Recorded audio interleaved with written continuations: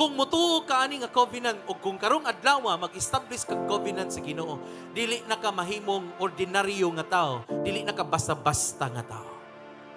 Ang tao nga dunay covenante sa Ginoo, dili basta-basta back up og protection Ginoo na mismo. Ug matod pa diha, I will bless those who bless you.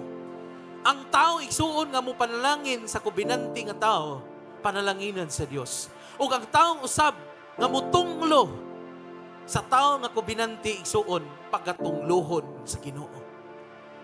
Ngilngig kayo, lahi kayo dagan ang tao igsuon nga dunay covenant with God.